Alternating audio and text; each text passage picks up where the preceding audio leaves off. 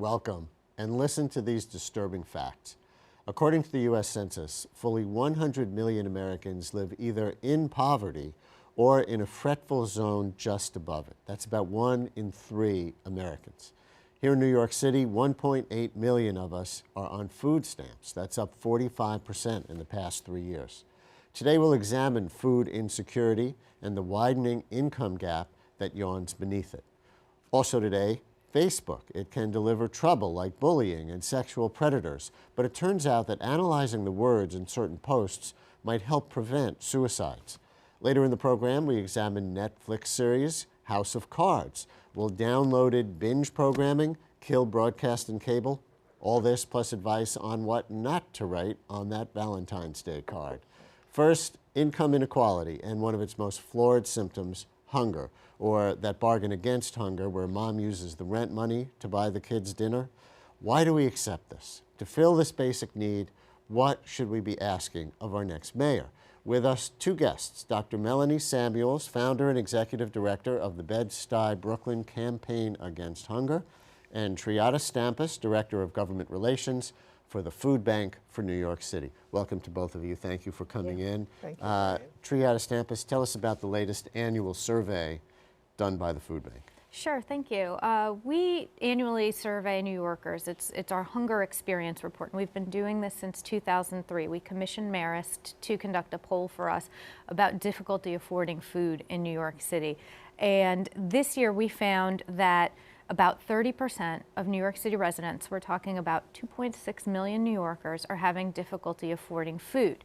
And while that number is a bit lower than what we found last year, so fewer New Yorkers having difficulty affording food, what we found is that when you kind of peel below that top layer, a tale of 2 cities really, that for households whose income is below $50,000, the story is much, much different than households whose income is above $50,000. And that $50,000 mark is interesting because it is right around the median income for New York City, which is just above $51,000. So we're talking about just under half of New Yorkers are in that group that are experiencing greater difficulty affording food while others are not. And we're 3.5 years into a recovery, and I think what we're seeing is that that recovery, that rising tide is not lifting all boats. And we're seeing the poverty rate itself at 21% now actually rise in the city each of the last 3 years, right, even as other segments of the population have been in a recovery. Just before we went on, Dr. Samuels, you were talking about some of those people making maybe $30,000, $40,000 a year who may still be having trouble putting food on their tables. And for those viewers who are thinking, well, $30,000, $40,000 is not rich, but you should at least be able to put food on your table. Why does it happen? Well, it happens so often with the individuals that we see, families we see coming into Bed-Stuy Campaign Against Hunger. What is happening is that housing costs has gone up. And in too many cases and too many times, I've seen families actually come in, even though it seemed like a good income, they still cannot put food on their table. And families would first come to our pantry and to select food. Then they would use their food stamps. If some have food stamps, they would use their food stamps, and from food stamps, then they would see what else they could do. So they're having a very hard time, even though people would view that they're making a substantial amount of income, but it's not with housing as it is and other costs. Triada, has Sandy made a difference? I don't know if your survey was taken at a time to kind of measure before and after Sandy, but has it? It absolutely has. Our survey was done before Sandy. It was actually fielded in mid-October, so just a couple weeks before Sandy hit. And so what we're seeing is the conditions, that survey is showing the conditions that existed before Sandy. Now, we have to keep in mind, Hurricane Sandy came at the end of the month. It hit October 29th. What happens at the end of the month, every month, is that is the time when people's benefits run out. That is also the time when rent bills come due. And for a massive natural disaster to hit at the end of the month where people did not have this disposable income to stock up for the storm. I mean, if you remember, what everybody does and is told to do before a big storm hits is hit the supermarket, stock up on your staples, get your bread and your milk and and your eggs and all that, load up the fridge and get ready to hunker down for a few days. We're talking about households who budget down to the last penny every month, who have zero margin for error, and at the end of the month have an especially hard time making it ends meet. The natural disaster hits, public transportation shut down, schools closed for a week, which for families with children meant no school lunch and no school breakfast available to their children, and the rent bills are coming due, and people who make hourly wages are not going to work. So and I'm told that FEMA isn't providing food directly to people. They provide other kinds of reimbursements and loans and things like that, but not food? That's correct. Aside from the immediate phase within the first 3 days of the storm, that's considered immediate in emergency management terms, when FEMA flooded the coastal communities with MREs, ready-to-eat meals, to ensure that people had access to food that they could eat. Beyond that, FEMA does not provide ongoing food assistance. The USDA, different agency in the federal government, has ways of providing additional food assistance, but that doesn't come through FEMA. Go ahead. I just wanted to jump in with a great example. Right after FEMA, Bed-Stuy Campaign Against Hunger normally serves 11,000 individuals every month. When the hurricane hit, we found ourselves serving over 21,000 individuals. What you have to remember, a lot of families evacuated and they came into central Brooklyn. So now we're looking at families that are staying with either families or in shelters that are in need. And they're still there. It has not changed, because now it's, 2-3 months after the storm. Last month, our numbers said over 22,000. Wow. And so it tells us the needs are still And that's there. news, because the media generally, and probably rightly so, focuses on the coastal communities that got hit so hard. Right. But you're telling us about how the ripple effect from that affects central Brooklyn as well. And in some cases, you're going to these victims. They don't even come to you, right? So that's correct. We are presently in Red Hook, Coney Island, and Rockaways. We have done in the Rockaways, we partner with the Food Bank, and we were able to set up a VITA site there. So we're bringing, they're able to access SNAP, which is great, and SNAP is food stamps. SNAP is and food stamps. What's VITA? VITA site is for free income tax credits, and so they're able to do their taxes for free. So that is important, bringing in income into the community. And also we have been able to use families, individuals who have been affected by the storm, to actually get a job there. So I want people to be able to see your food pantry and what it does. We have a clip from a profile of Dr. Samuels' pantry in Bed-Stuy that was produced by BCAT last month. The setup was very organized. As I came in, everything was already there. You don't have to fumble through anything. The fresh vegetables were there. Everything was packaged neatly, and I also saw them loading up the new things. So I was very confident that these were fresh products, as opposed to you going to a pantry, everything is all over the place. There was assistance with each section of the pantry. Picked up cereal, canned goods, vegetables. I like a lot of vegetables. I'm really blessed. A great cigar. If it wasn't for the pantry, we wouldn't know what to do. The mayor cut my food stamps for $101, but I'm still surviving. So my first question is, why did you set it up like a supermarket? Because I'm not sure most food pantries look like that. you want to keep that choice piece, dignity. The terminology we use is where dignity rolls down every aisle. You want families to feel like they are at a supermarket. I'll give you an idea. I stood once and I listened to a child as she spoke to her mom, and she said, "Mom, can I choose one of these?" And she was taking a cereal. She said, "This supermarket," and she referred to it. The child refers to the place as a supermarket, not knowing the full detail of what is actually going on in the pantry. But to a child, it is that their mom went to the supermarket today. You want to keep families, you want families to hold to that dignity piece, that they feel like somebody cares, and that's what we want to give. I've been told that that organization also helps prevent against waste in a certain way. Is that true? Yeah, we do. We use everything. Even with we push a lot of healthy eating. We have changed the way individuals eat. But what you'll find is that we'll move from whatever is not used in the pantry, go straight to our compost, from the compost into the garden. Did you want to say you something? have to, I mean, you have to bear in mind this is a big and diverse city, and one size fits all is not what suits. So these client choice pantries, in addition to minimizing waste, really give people the freedom to select what is appropriate for their own households, for the people in their homes. So it's something that we promote. That is a best practice in the emergency food network to ensure that people are being served with dignity. Let's talk about solutions. If there is this ongoing food insecurity problem in New York City, do you want legislation? Do you want just more money into certain programs? What would make it better? You know, the fundamental components of our safety net are sound. In many, many ways. We have what we call the first line of defense against hunger is the food stamp program. And here in New York City, the food stamps put $3.6 billion of food money into people's pockets every single year. And yet that's not enough.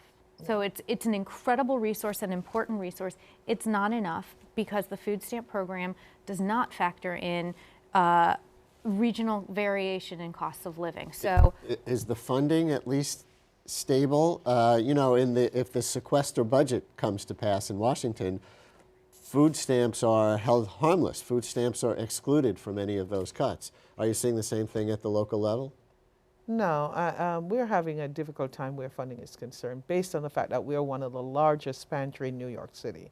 And it is, and I'm speaking not just for Bed-Stuy Campaign Against Hunger, but there are other pantries that have the same, they will repeat the same words, that funding have decreased in many ways. We are not getting the funding based on the demand, so there is no balance there.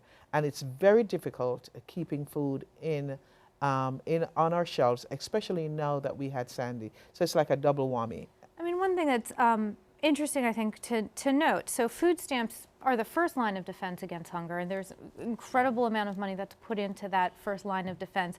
Emergency food programs like food pantries and soup kitchens are the last line of defense. That's where people go when there's no money in their pockets, their benefits have run out, they've leaned on friends and family as much as they possibly can. A food pantry or soup kitchen is what helps make sure that no one goes hungry tonight, and that there's food tonight. There are 25% fewer food pantries and soup kitchens in New York City today than there were before the recession hit.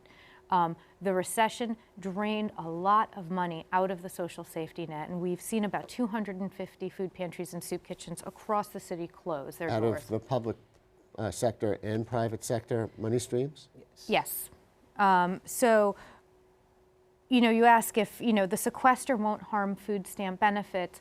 The Farm Bill absolutely could. And we're still waiting. We are now in year 3 of negotiations for the Farm Bill. And Farm Bill is where major components of food and farm policy are set by the federal government, and the food stamp program is contained in the Farm Bill. We have 2 proposals on the table, one from the Senate and one from the House, both of which propose to cut food stamp benefits in ways that disproportionately impact New York City recipients. At the same time, we've got emergency food funding under threat. So not only is the first line of defense against hunger being attacked, the last line of defense could be compromised as well.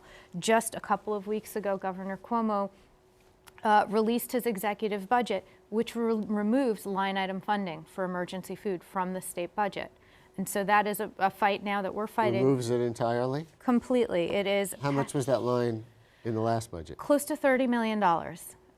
For the state. And there are other states where anti-hunger advocates are advocating and trying to create funding streams like what New York has had since 1984, since the first Cuomo administration, and we're taking a step backwards in that we could lose dedicated funding for emergency food here. I hear you got a little good news recently, which was an anonymous $50,000 matching grant. That was one of the best news for the year. Yes, an anonymous donor offered her a challenge grant, matching $50,000.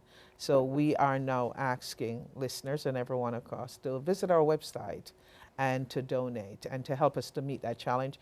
And the challenge will also help us to continue the programs that we're doing and also continue to reach those that need it the most. Is this an issue in the mayoral race? Are you hearing it from the candidates? Not as much as we would like to. It needs to be a front line because there is a need. And based on what Triada just said, we have to really face facts. If all this that she's saying, that she just put on the table happens, what will happen to our children and what will happen to our seniors? Another news flash, as far as I'm concerned, that most of our viewers probably did not know, if you're accurate, that there was $30 million in this year's New York State budget for emergency food. Correct. And zero in the proposed budget that they're debating right now in Albany for the next fiscal year. For you, is this an issue that's on people's lips among the mayoral candidates? You know, a number of mayoral candidates have been very active in food and hunger policy for many years. And there are, you know, we're really happy to count among them, you know, a number of real champions. Whether this becomes an issue in the campaign and in the day-to-day, you know, electioneering that happens and the debates that go on, I don't know. But I hope that it's something that really is front and center. When you've got a third of New York City residents struggling to afford food, that's a constituency that should not be ignored. Thank you both very much for coming in. You're welcome. Thank you for having us. Up next, what you need to know to make the internet a safe playground for your kids. It happens every year on the second day of the second week of the second month. It's called Internet Safety Day, and it's celebrated in 112 countries around the world to help educate youth about the dangers of the net. Now, don't feel bad if you've never heard of this. Despite starting in 2004, it wasn't formally recognized by the United States until November of last year, but it's picking up steam. Joining us via Skype from San Francisco is online safety advisor and technology commentator Larry Magid. Hello, Larry from New York. Thank you for joining us. My pleasure. Thanks for having me on. What is Internet Safety Day? Well, it was started in 2004 by the European Commission to basically put on the calendar one particular day. I think you said it, the second day of the second week of the second month of every year, in order to just remind people about using the net in a safer manner. And notice it's called Safer Internet Day, not Safe Internet Day, because you can never be 100% safe, but you can make things safer. And so this year it focused on such things as connect with respect.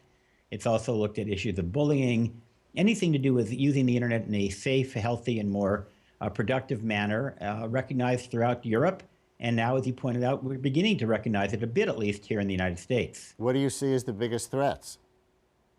Well, I think the biggest threat, it's funny, I was giving a speech in Canada over the weekend, and I said the biggest threat to Canadians is Canadians, and the biggest threat is yourself, in the sense that going on a social networking site and saying something that you shouldn't be saying, being mean to other people, not showing respect. I think it's ourselves. I think we are our own greatest risk factor.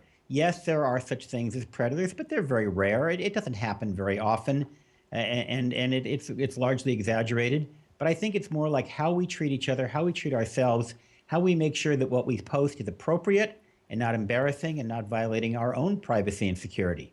Why do you think the United States has been so slow to get on board? Well, it's a very good question. It's not as if we don't have internet safety organizations here. We have my own Connect Safely and Family Online Safety Institute and a number of really good organizations. And we have a lot of industry cooperation from Facebook, Google, Yahoo, and you name it. But I think there's just been a lack of coordination. I think that organizations tend to do their own thing, and there hasn't been that national effort. And when it comes to Europe, there is literally a continent-wide effort through the European Commission, the government, so to speak, the coalition of governments in Europe.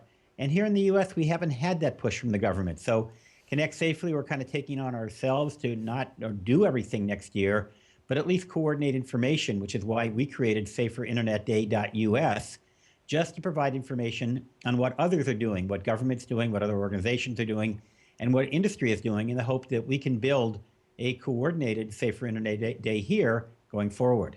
Are you trying to squelch free speech? By no means. I actually got started with internet safety during the Communications Decency Act, and I started safekids.com to say you could have a strong First Amendment and free speech and still protect children. So quite the contrary, we are strong believers in free speech. I've worked with the ACLU and other organizations to try to promote free speech, but that doesn't mean that parents can't play a role in helping to guide their children, and we can't encourage free speech, encourage people to speak up and stick up for themselves. So I think the First Amendment is critical to internet safety. In fact, without free speech, I think you have less safety. Free speech encourages safety. Can you teach critical thinking about the web to kids, and how young? Oh, starting at any age. I mean, you could start practically at the womb. I mean, critical thinking is something we have to develop from the earliest time as we grow up. Certainly, when you're in elementary school and kindergarten and getting into middle school, to realize that not everything is as it seems, and to think if something's too good to be true, it's too good to be true.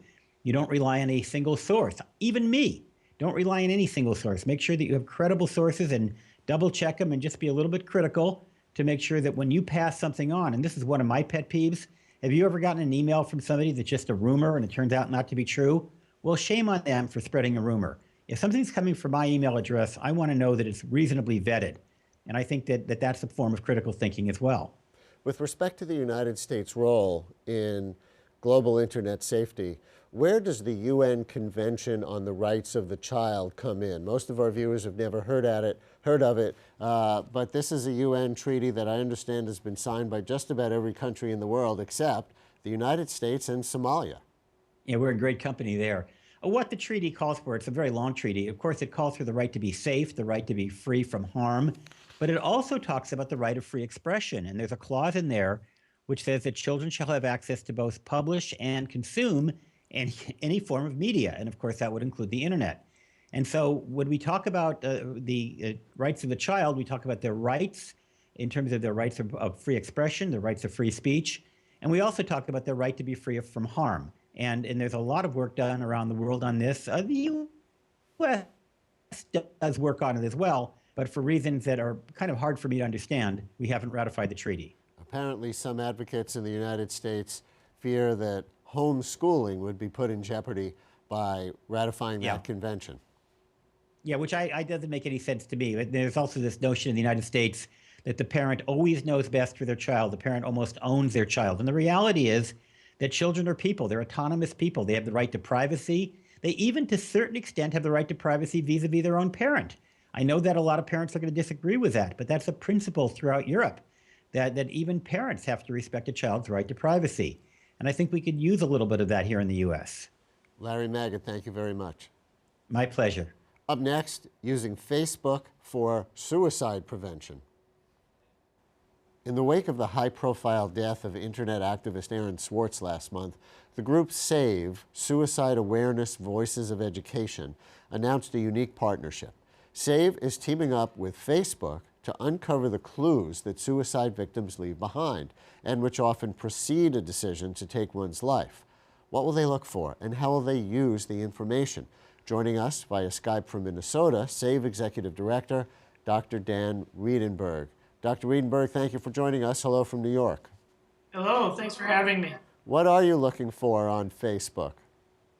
Really what we're trying to find out if there are any patterns or groupings or characteristics of those people that we've lost to suicide that might give us a clue that would ultimately help us prioritize people better, so to get them to help sooner. So if we can get them to the National Suicide Lifeline or anything similar to that in any other country, we can get them the help that they need prior to them walking down the path of suicide. What's an example of a common clue that's short of, I'm thinking of killing myself? Well, we're not really sure. That's exactly what we're looking for. But for example, we might be looking for distant time differences. So when they first started posting on Facebook, was there a long time difference between posts? As they get closer to suicide, is it shorter or is it longer? Are there more posts as they get closer to suicide, or are there less? So we're really not sure. We're looking at every possible aspect to see if there's anything that could give us any clues that would help us best uncover who might be at greater risk. And once you discover what some of those clues are, then what do you want people to do with it? To look for those clues among their Facebook friends? Well, ideally, I think two things. One is hopefully there'll be some other technology that can be developed that could clue people in, whether it's Facebook or YouTube or Google, any of the platforms, that we can use technology to improve things. The other thing is really people in your life. If we know that there are certain statements that are made by most of the people who die by suicide, well, we can educate about that. We can raise awareness through public awareness campaigns. We can train professionals on what they're supposed to be listening for, or even to ask questions. And until we really have a chance to look at big, huge amounts of data. It's called big data in this framework. We're not going to know those answers. When we did our last segment, the guest concluded by saying children should sometimes have privacy from their parents online. And yet, I think one of the tenets usually of internet safety for kids is for parents to know what they're doing online. Do you think that that could be a suicide prevention technique? Or where do you draw the line between privacy and transparency when it comes to minors and their parents with respect to your area of concern? Well, I think in reality is that parents should know anything that they can know about their kids. And that's not just true with online media. They should know what they're writing. They should know what they're talking about with their friends on the phone. Now, that doesn't mean that they shouldn't give them some privacy. If you have a child who's at risk, who might have a psychiatric illness or a chemical dependency problem, then you need to take that privacy level to another degree, and you need to intervene more, and you need to know more. But in a general sense, kids do have rights, and they should have a right to communicate without necessarily having their parents watch every single thing. So I think to sum it up, if you have a kid who's at risk, then parents need to watch. They need to pay attention to what's going on for their kids in every way. How their room looks, how their schoolwork is, what friends they're with, and how they're interacting online. They need to know that information because they're really trying to be one of the conduits to save somebody's life. And again, relevant to our last segment, which was about Safer Internet Day, especially for minors, do you think that even though you're looking at Facebook for clues for suicide prevention, that social media in general can be a trigger of suicide through bullying or anything else? Well, I think there's some risk of that, yes. I think that anytime we have a platform, a way for people to interact, there's some risk. There are bullies out there. There are predators out there, and as we did here, they're few. They're not a lot of them, but they get a lot of media attention. But in a broader sense, we do have some risks with people putting things online, and I think that Larry's comment that we can be our own worst enemy is really true online. We have young people. There was just recently a case in Canada where a young girl posted something. She was sucked into a situation and she didn't know what was happening, and somebody spread it all over. She ultimately ended up taking her life. So I think we tend to be our own worst enemy when it comes to things online. At the same time, there's some really good information out there that kids can get and learn from it. It's where they learn most of their health care. And challenging for them is discerning what's a good site and what's a bad site, because there are a lot of people out there that maybe aren't bullies but are putting out bad information, and that leads to bad decisions for youth. There are even some cases that I've read about of goading teenagers on to suicide among some of their peers. But what are some of the signs that you look for offline that would indicate that somebody is at a heightened risk of suicide that maybe you would be looking for in this Facebook study? That's a really good question. So we're looking at behaviors. We're looking at changes in behaviors. For example, sleep. Is somebody sleeping a lot more? So we're talking 12, 14, 16 hours a day and having a hard time staying awake. We're looking at changes in appetite. Are they eating less, or are they eating significantly more? We're looking at changes in their interactions with friends, with peers, with their family. Do they not participate in holiday gatherings? Do they not go out with their family to faith community on weekends? Do they not go with their friends to sporting activities or to the movies anymore? So we're really looking at changes in behavior that we wouldn't necessarily see online in posts or in text messaging that kids do. We're looking at changes in their behaviors that others can observe. Do you expect that software will be developed that might be programmed to pick up on language clues that indicate that somebody's at a heightened risk of suicide? I absolutely do. I think that is down the road. That's the future of where we're going. And I think that it will really help advance the field of suicide prevention, because the sooner we can connect the dots, we can see some of the warning signs, and not just the warning signs that are closer to somebody's death when they're talking about suicide or they're writing about it, but that we can get some things upstream, that there are early warning signs, some of those behavior changes that we might be able to catch early on in statements that they're making, or even changes in how they use social media. If we can train people how to see that, we're in great shape. But if we can develop technology that can pick up on it, it can do that for us 24 hours a day, and it can do it in every platform. Well, I know you're using a sample of local suicide victims' Facebook accounts in Minnesota where you are. I look forward to the results and the opportunity to learn from it for the rest of the nation. Thank you for joining us. Sure, thanks. And I'll tell you that since the story came out, people from across the country have contacted me and said, we'll offer up the name of our loved one who died, and you can look at their Facebook posts as well. So this has really sparked a lot of interest for a lot of people. Sad, but helpful. Thank you so much. Thank you. Well, the Netflix series House of Cards, they're calling it a revolution in television. From day one, we could download all 13 episodes and just binge on the series. Very different from waiting a week for the next episode of, say, Homeland to appear on cable. And Netflix is not a cable network. For most viewers, it goes right to the computer. Our guests will analyze the show's effect on media producers, viewers, reviewers, and the traditional TV business as it tries to resist this revolution. But first, in case you haven't had your fix of Washington corruption simply by reading the news today, here's the trailer for House of Cards. That I will faithfully execute the office of President of the United States. That I will faithfully execute the office of Power is a lot like real estate. It's all about location, location, location. The closer you are to the source, the higher your property value. Centuries from now, when people watch this footage, who will they see smiling just at the edge of the frame? So help me God. Congratulations. This is going to be a big year for us. This is the memo I've drafted on our Middle East policy we've been developing. I'd like to coin the phrase trickle-down diplomacy. That Frank, way... we are not nominating you for Secretary of State. I know he made you a promise, but circumstances have changed. The nature of promises, Linda, is that they remain immune to changing circumstances. I knew you shouldn't trust that woman. I didn't, I don't. I don't trust anyone. Then how could you not see this coming? Walker just nominated Carl. It's a long road to confirmation. I protect your identity. I print whatever you tell me, and I'll never ask any questions. So we're talking about trust. What is it you want? Your absolute, unquestioning loyalty. Anything. We're in a very gray area, ethically, legally, which I'm okay with. Shelley Barnes of the Washington Herald, quoting a source close to the president. Not exactly sure how it got leaked. I want it over. I'm sorry, Mr. President, but I will not do that.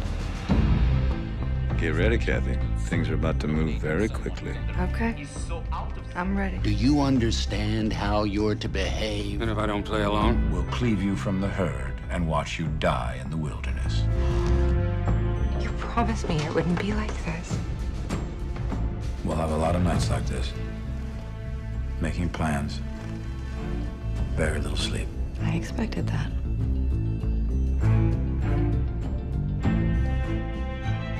Take a step back. Look at the bigger picture. That's how you devour a whale. One bite at a time.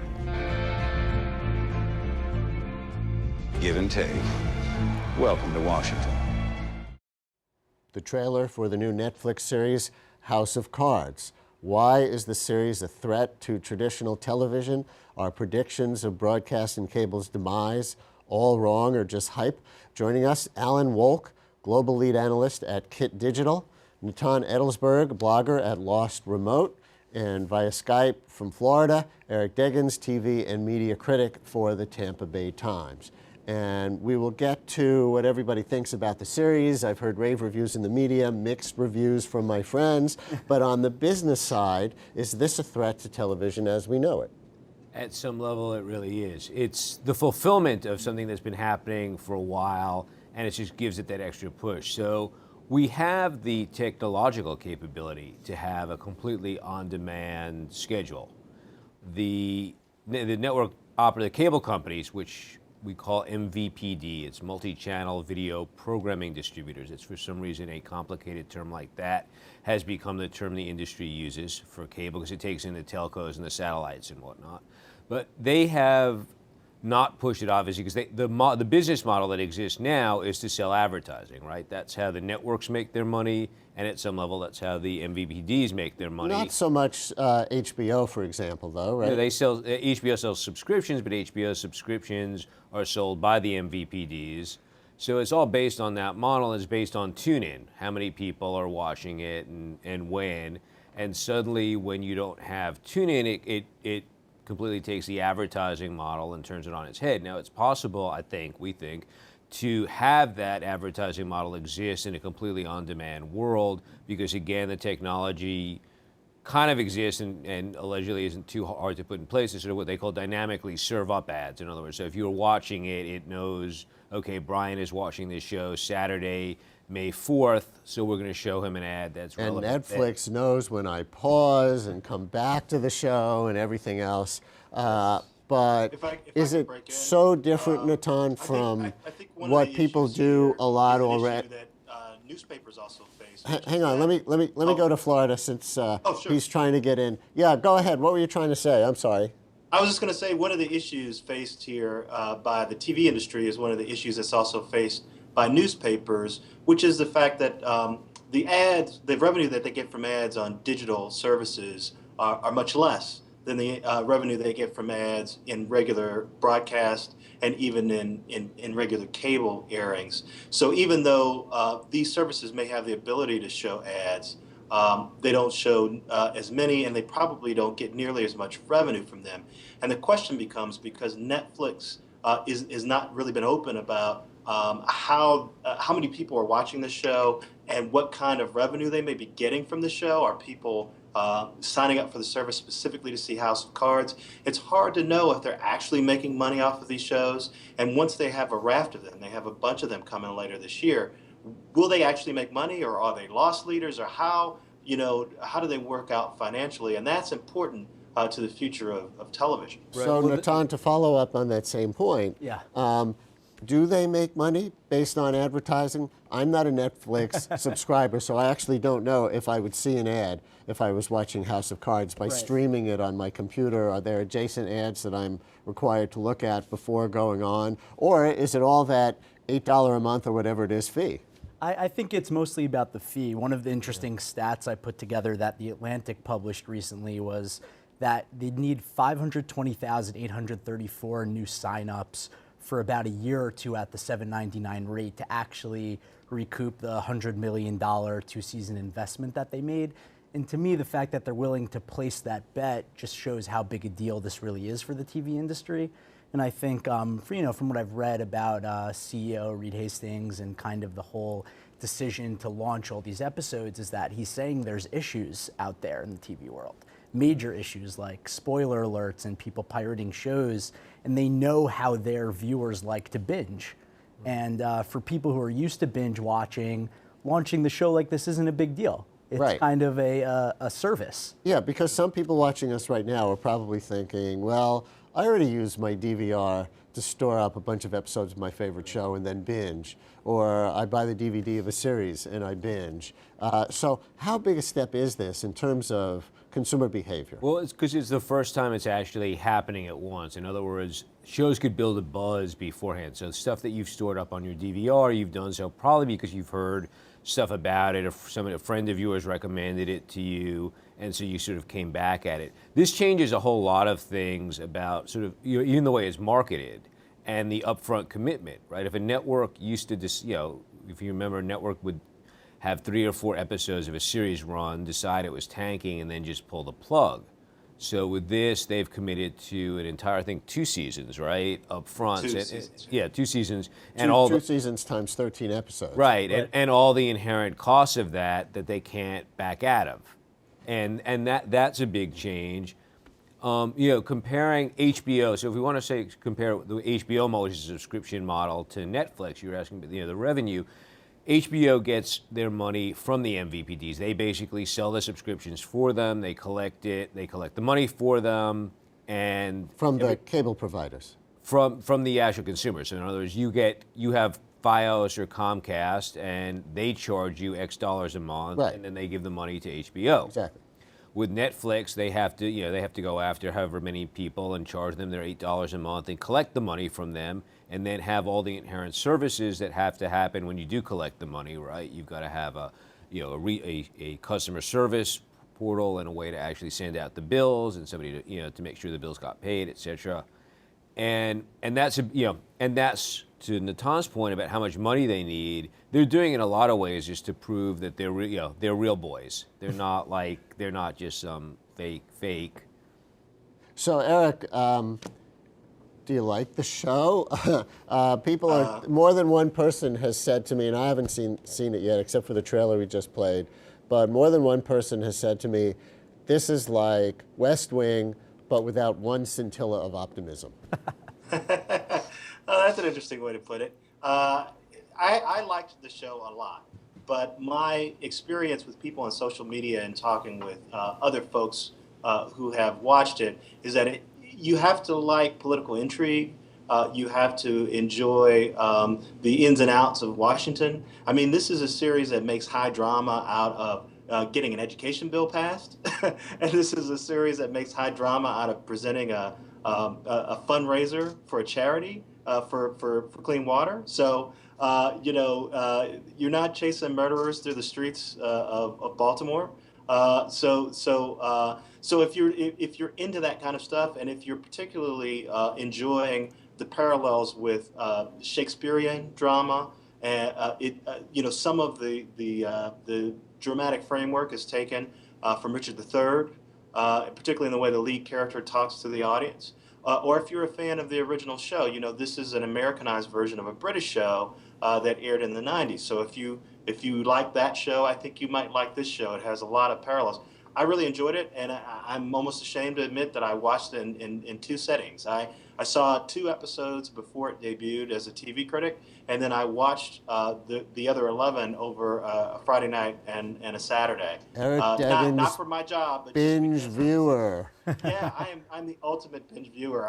I'm a binge viewer back to when The Sopranos debuted, and HBO sent TV critics 6 episodes of the first season on VHS tapes, if you can believe that. And I was sick, and I stayed at home, and I watched all 6 pretty much in a row. So Eric, tell me what you think this kind of binge viewing or marketing for binge viewing or whatever about releasing all 13 episodes at once does to the creative product.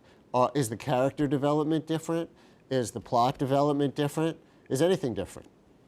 Right now, it's not different. I have a feeling that once creators get used to an audience that is used to this, we may see more complex stories, because they know one of the things about binge viewing is that if you see something in episode 2 and they reference it in episode 5, it's more likely that you'll see those 2 things close together and you'll connect them.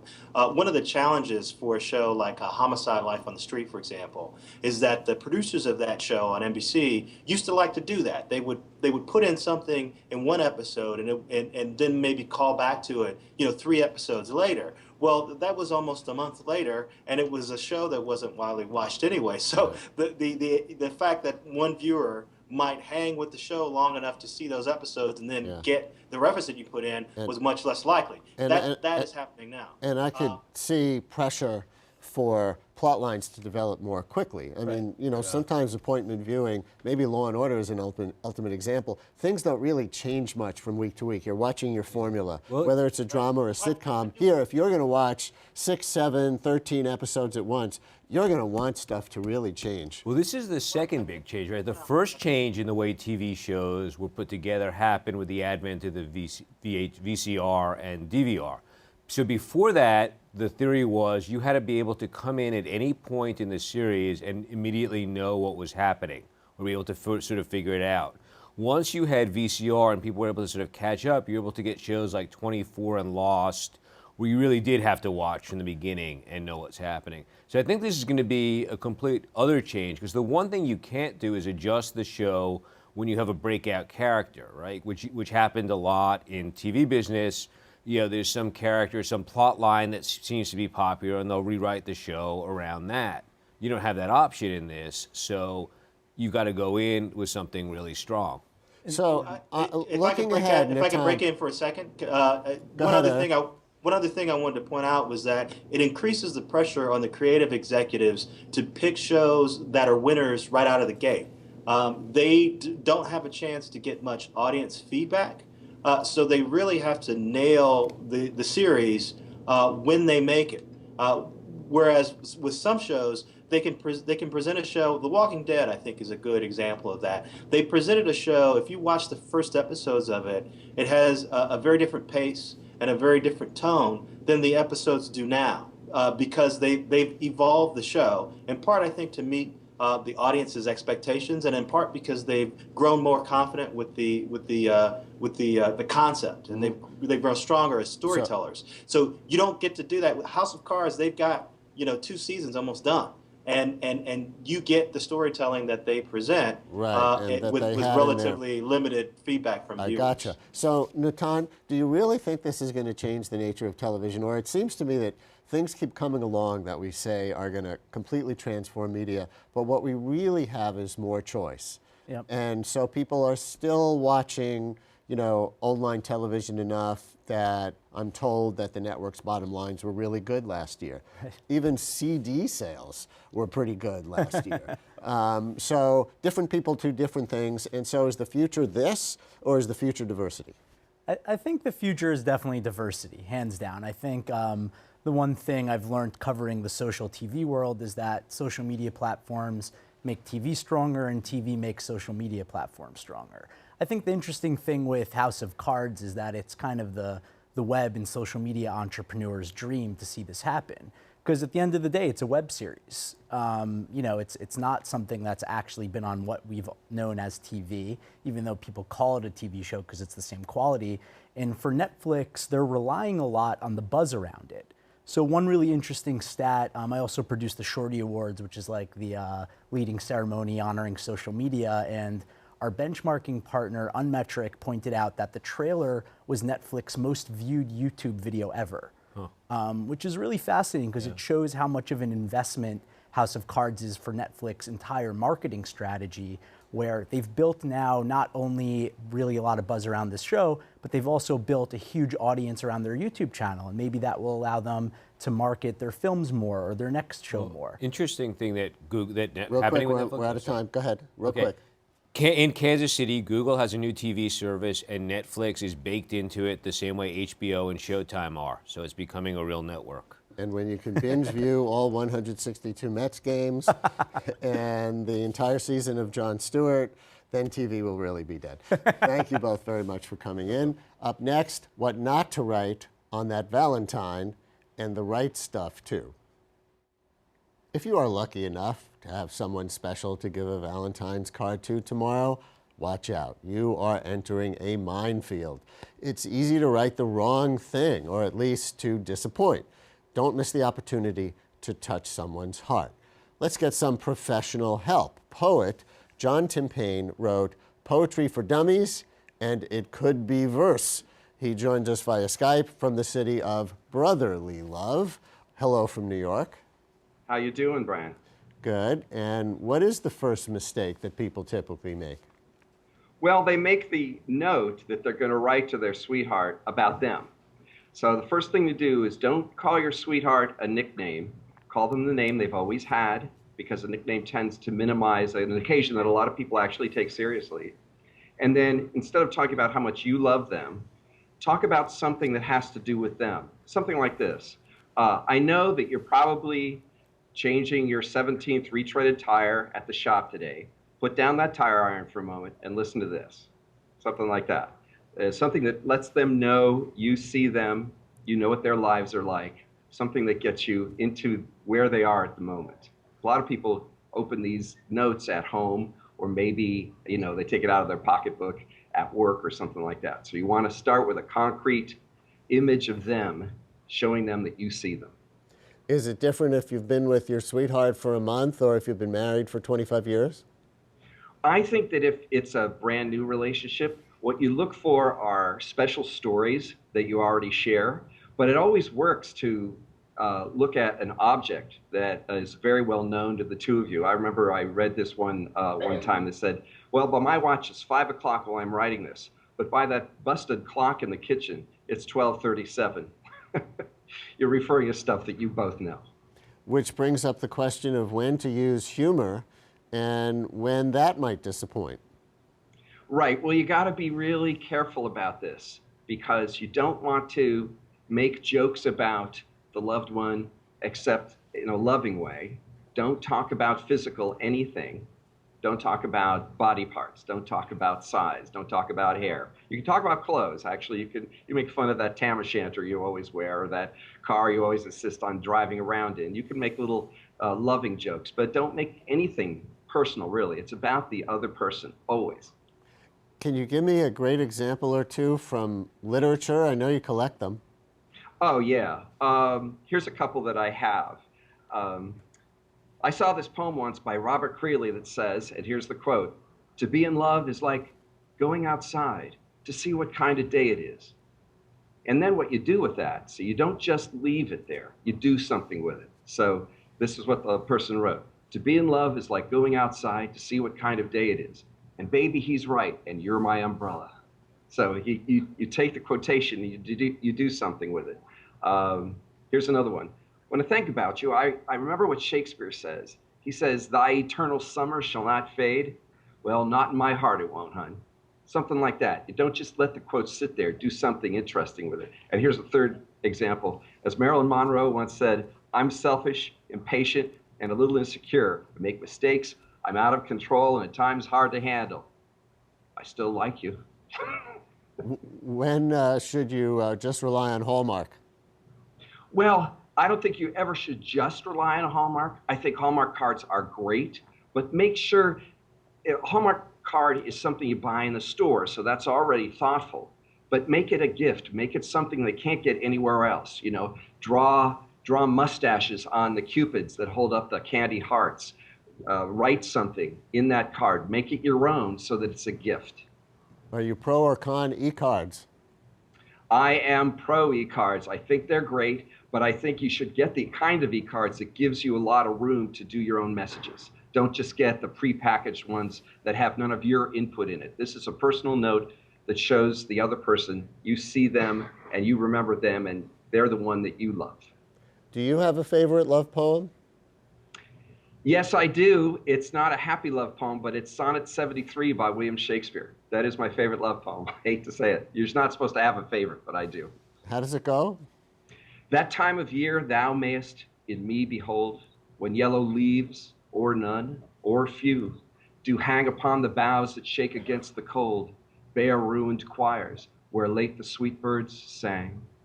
In me thou seest the twilight of such day, as after sunset fadeth in the west, which, by and by, black night doth take away, death's second self, that seals up all in rest."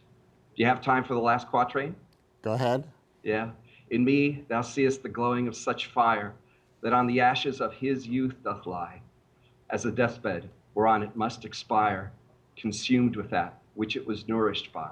This thou perceivest, which makes thy love more strong, to love that well, which thou must leave ere long." You do know it, and I can tell you do love it. Thank you for spreading the love. Thank you, Brian. And that's our program for this week. Next time, If Mayors Ruled the World, political scientist Benjamin Barber will be here. And tune into my radio program, 10 a.m. weekdays on WNYC, AM 820 and 93.9 FM. Tomorrow, City Council Speaker Christine Quinn. I'm Brian Lehrer. Thanks for watching.